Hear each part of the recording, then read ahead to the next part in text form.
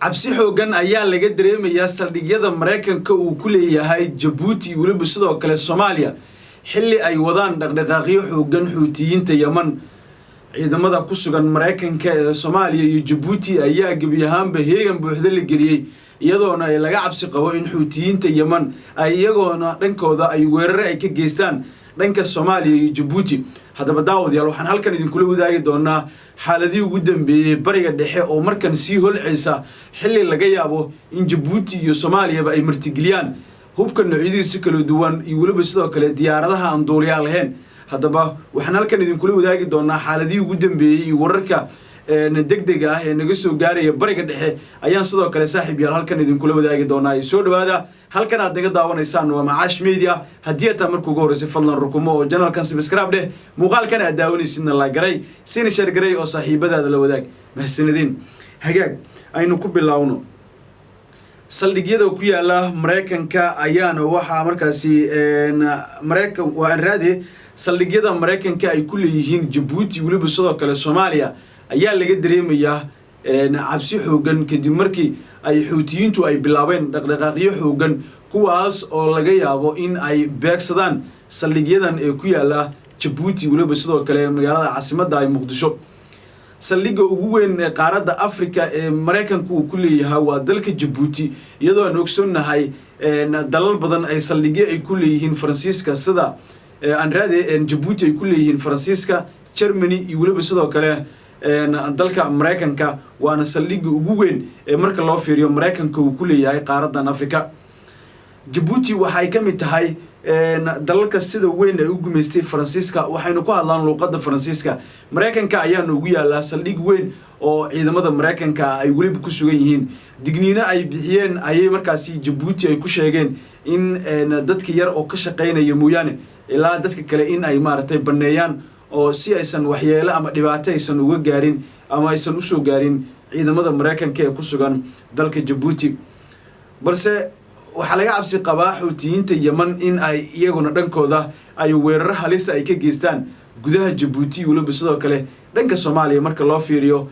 waxa laga yaabaa in ay qayb ay ka qaataan dagaalka Iran ay kula jirto Mareykanka saldhigyadoodana ay weerarayaan maadaama Xuutiyiinta Yemen ay gacantooda soo gaarto saldhigyada ku yaala Jabuuti waliba sidoo kale dhanka Soomaaliya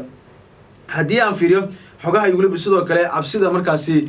sida weyn ugu jirta gudaha xalana iyo waliba dhanka baladogle oo ah meelaha sida weyn saldhigi ay ugu leeyihiin ciidamada Mareykanka waliba xalana waa meel si weyn ay safaarado badan ay markaasi ay degan yihiin walow Mareykankana oo isagana qayb uu ka yahay laga yaabo in maartay weerar laga geysto inkastoo seeriga digniinta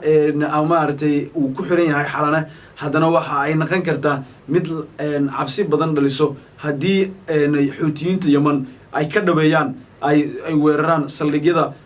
Mareykanka uu ku leeyahay Jabuuti waliba sidoo kale Soomaaliya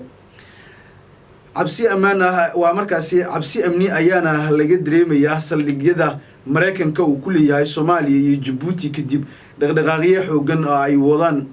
Xuutiyiinta Yemen oo laga yaabo ama markaasi loo yaqaano Ansaarullah ayaana markaasi la filan karaya inay dhibaato xoogan ay geystaan Jabuuti waxa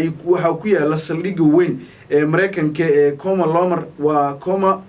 lagu magacaabo halka Soomaaliyana ay ku leeyihiin fariisimo ay ku leeyihiin xalanay waliba sidoo kale baladogle wararka ayaa sheegaya in foojignaan sara markaasi la geliyay saldhigyada iyadoona markaasi laga cabsi qabo in weerar gaadma ah ama markaasi drones diyaarada ah ay weeraraan dhanka iyo waliba sidoo kale Jabuuti waliba sidoo kale Soomaaliya cabsi xoogan ayayna dareemayaan waxa ay heegan buuxda ay geliyeen gabi ahaanba ciidamada Mareykanka ku sugan iyagoona ay isugu diyaarinayaan haddii madaafiic ama diyaarado dagaal ay markaasi diyaaradaha aan duuliyaha lahayn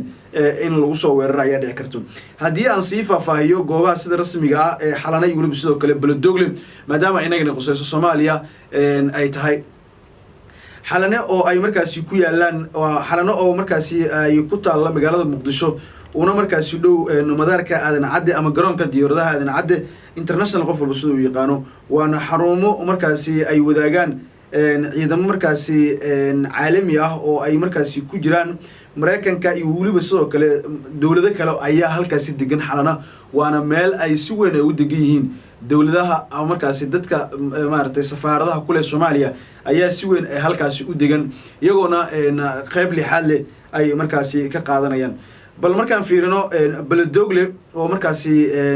ku taala gobolka Shabeellaha Hoose laguna markaasi tababaro ciidamada danab isla markaasna ay joogaan ciidamada Mareykanka waa labada meel oo ay Soomaaliya marka loo fiiriyo ay si weyn ugu degan yihiin xalanay waliba sidoo kale baladogle waa meesha ciidamada ay ku tababaraan waliba saldhig weyn ah ay ku leeyihiin inkastoo saldhigu xalano ku yaala uu yahay mid iska kooban haddana waa meel si weyn ay ciidamada Mareykanku ay uga badan yihiin oo ay dhici karto in haddii xaaladuhu isbedelaan in ay duqeymo halkaasi loogu geystana ay halis ay noqon karto dhanka Jabuuti marka loo fiiriyana saldhigii ugu weynaa ee qaaradda Afrika ay Mareykanka ay ku leeyihiin ayaa ku yaala Jabuuti waana meel ay ciidamada Mareykanka hubkooda ay waliba sidoo kale saanadooda ciidan ay uga dhameystiran tahay saakay ayaa digniino soo baxay maadaama saldhigyadii Mareykanka bariga dhexe ku lahaayeen ay weerartay dawladda Iran waxa marka laga cabsi qabaaba in dhankan ay u soo gudbaan dhanka ay waliba sidoo kale Jabuuti iyo Soomaaliya Xuutiyiinta Yemen ayaana markaasi door muuqda ka qaadan kara waa hadii ay maartay Xuutiyiintu ay weerar aan markaasi loo meeldayn ay ku qaadaan Soomaaliya waliba sidoo kale Jabuuti inkastoo ay haddu gabi ahaanba Jabuuti ay markaasi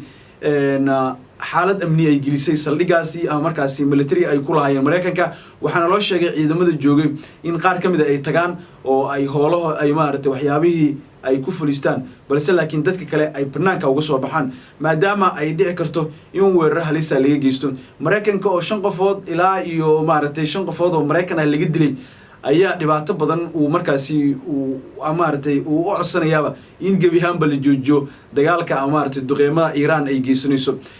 madaxweyne Donald Trump oo hore u sheegayna in madaxweynaha markaasi Iran